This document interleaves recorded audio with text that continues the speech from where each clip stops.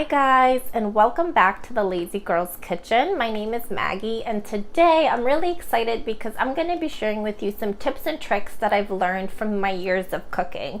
Now, you guys know I'm not a professional chef. I'm just a home cook. Everything that I learn from watching, cooking shows, reading cooking books. I sometimes take classes here and there, but I am not professional by any means.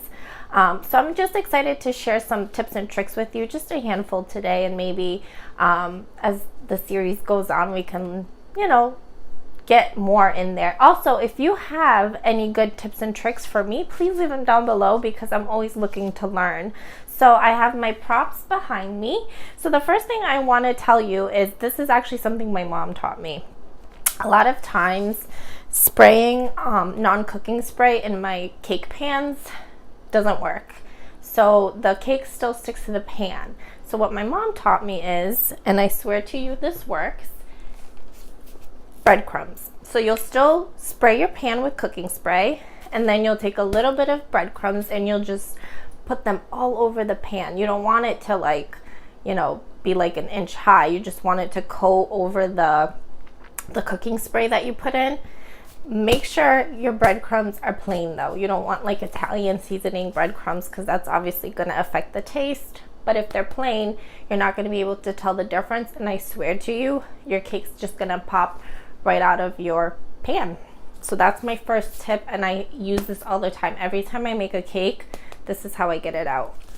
The other thing I have is, I'm pretty sure a lot of you know this already, but for those of you that don't, is the wooden spoon trick for when you're cooking pasta. So when you cook pasta, if you take a wooden spoon and you place it over the pot, your water is not gonna overboil.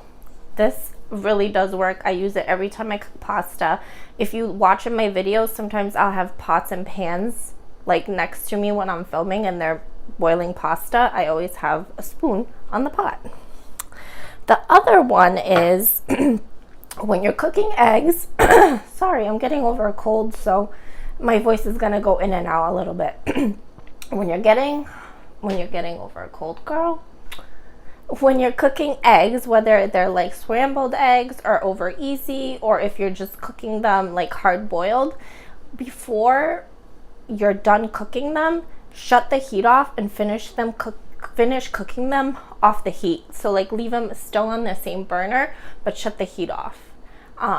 And it'll cook it without drying the eggs out. The same thing when I cook my hard-boiled eggs, I'll cook them on the heat for like 5 to 8 minutes, and then I'll shut it off and leave it in the hot water for like 10 to 12 minutes, and they're perfectly cooked through. Really works. Is it the last tip? Nope, it's not the last tip.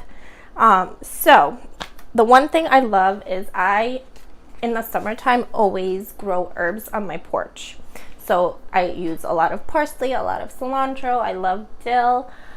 But at the end of the summer, I can't go through it all. So what I do is I cut it up and I put it in little silicone ice trays like this.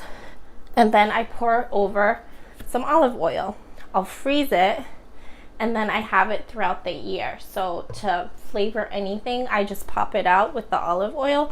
What I typically do is, because I only have a few of these, I'll freeze it, pop it out of here, and keep it either in containers or bags so then I can reuse these. But really, it's the best thing. Your herbs won't go bad. You can use them throughout the year. Win-win. What else?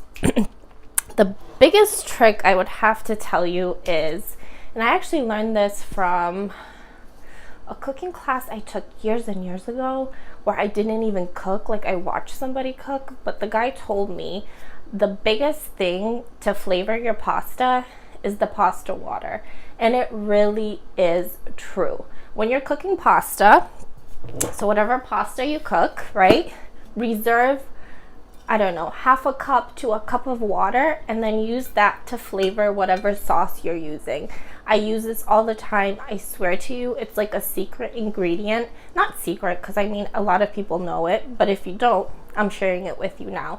Just reserve it. When you're done draining it, well, before you drain it, reserve your cooking water, and then when you're done, add it to whatever sauce you're making, and I swear to you, it'll make a difference. All right, The last trick, I actually don't have a prop for this because I ran out of onions, but when you're cutting onions, especially for me, this was such an issue. They have layers, they come apart when you cut them.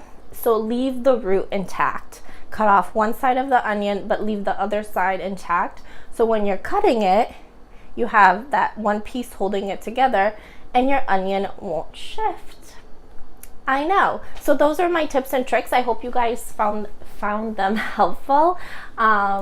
And if you have any, please share with me. I love learning new stuff about the kitchen.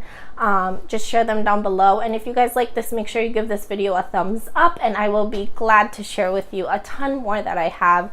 I just didn't want this video to be like a 30-minute tips and tricks. So I really hope you guys found this helpful, and I will see you guys next time. Bye!